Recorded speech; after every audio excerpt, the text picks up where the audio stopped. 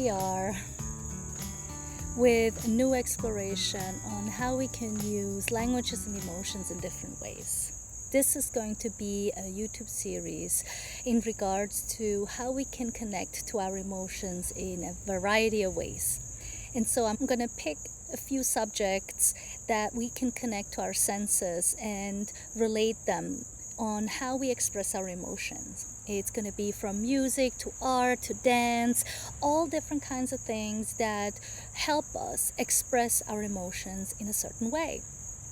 And I'm really excited about this because it demonstrates the variety of ways that we can bring our emotions to life and figure out a way how we can communicate them in a healthy and supportive way.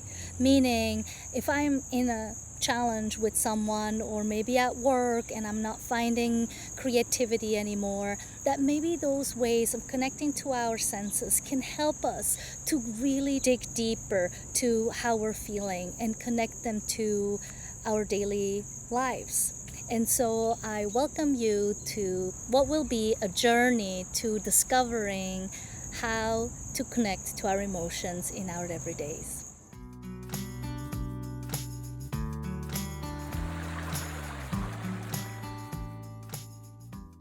Welcome to our second episode in Languages and Emotions. This is really an exciting one for me because for the past few years since I embarked in this mindfulness journey, I also picked up my desire to create art. I have also noticed that the different types of pieces I have created are a variety of them. And it might just be the state of mind I was in or what I was inspired at that time. What I've discovered is that a lot of us have been to museums before, some with more excitement and some with a little bit more hesitancy. I used to be the person that actually did not want to go to any museums. I was just too bored to go there. And just about a few months ago, it was probably the very first time that I intentively went to this museum to see a specific artist because I wanted to know more about it. Is for you to explore and see what is happening for you. Maybe there is some hesitancy once again to really go there. Maybe it's just like, oh yeah, let me listen and watch. And whoever you are, however you're going to relate to this, there is no judgment. You come and watch this episode the way you feel it's right for you.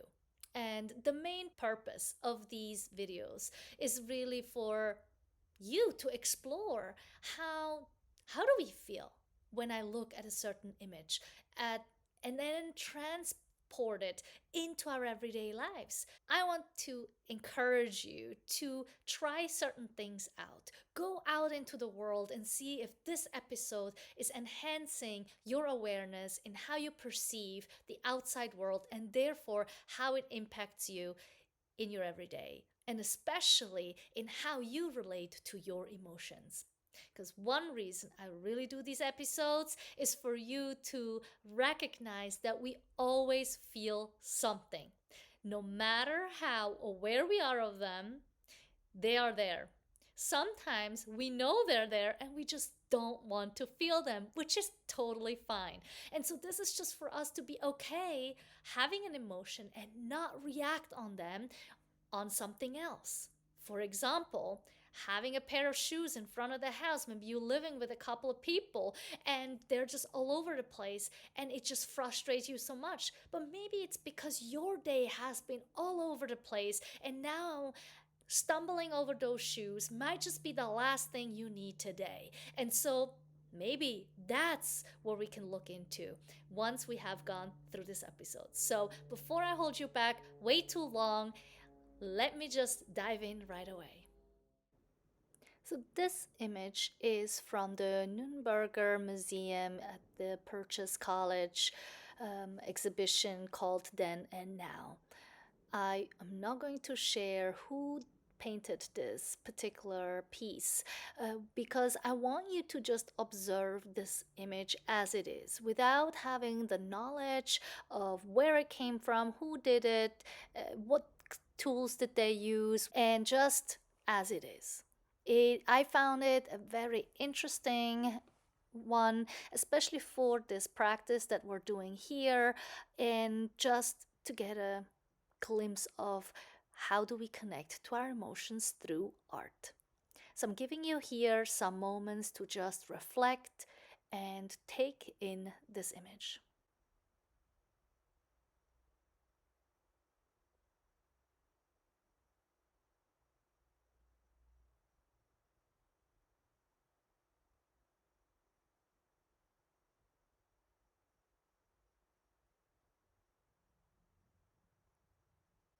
If you choose to do this for a little longer, feel free to just pause for a moment and take as much time as you'd like to explore this image and see how it makes you feel, what parts do you really enjoy. As for this part, we're going to continue this exercise. So let's start by looking at the composition, because maybe that's the first thing that really struck your eye. Maybe it's to really observe the three different main parts that we see. Maybe it's the back color that you are more connected to. Maybe it's that one more brighter section on the left top corner that you wanted to explore a little further. Maybe that's what caught your eye because it's a different color that's standing out. And maybe you even going deeper into trying to understand this image. What is it trying to say? What is the purpose of this dark space? And it really is for us to take this time to explore this particular image or any image that you are coming across in a little bit more depth. Now, why are we doing this? Why do I think this is helpful, useful in our everyday? Well, if I take this particular image, I can maybe get an idea that I'm looking more at the bright side of things. If I'm more drawn to the top left corner, if I may be drawn to the entire image where I'm taking everything in, maybe I'm a person that is looking at things overall and getting a whole picture before I decide.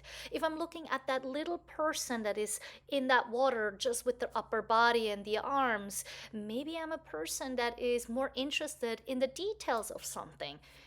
That's just me personally getting a closer look. The purpose of this episode is really for you to explore and discover what your thoughts are trying to guide you to. What is the sight that you're taking in? Information. What is it telling you? And this is, to me, an insightful task to get a better idea of how we move through our everydays and how we enjoy or maybe feel more unpleasant about certain things in life.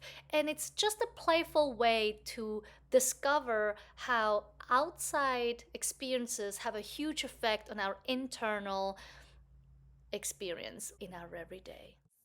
This is just a glimpse of giving you a little bit of an insight on how images and things we see have an impact on our internal life, and to bring a little bit more awareness on how it might affect the next conversation we're holding or the next interactions we're having. Because oftentimes we don't realize why we get upset about someone's words or how someone phrased something. It's how they use their eyes, their body language that maybe gave us a certain feeling of like, oh, they're not interested. And the more we notice those little pieces that put an information internally, the easier it becomes for us to be more in tune with the current situation, not feeling too quickly overwhelmed because we're noticing, oh my God, there is overwhelm building up. Oh, I'm seeing there's too much noise happening around and too much sight is taken in. And so I can then let myself know that I need to take a break, for example. Or maybe I have taken a lot of breaks. Maybe I want to engage with someone again to know where I'm at. Because when we are by ourselves, and the moment we get in touch with other people, that can change how we then see life, how we live life, and how we perceive everything around us. So I hope that today's episode has helped you to get a little closer in how, in this particular case, we used art just for the visual intake, how that actually has a huge impact on how we live our lives. So, thank you so much for watching, and I hope you'll join me next time. Feel free to leave a message, a comment, and subscribe to this channel because I would like to know more on what you resonated with and what you could use more support in. So, I look forward to hearing from you. Be well.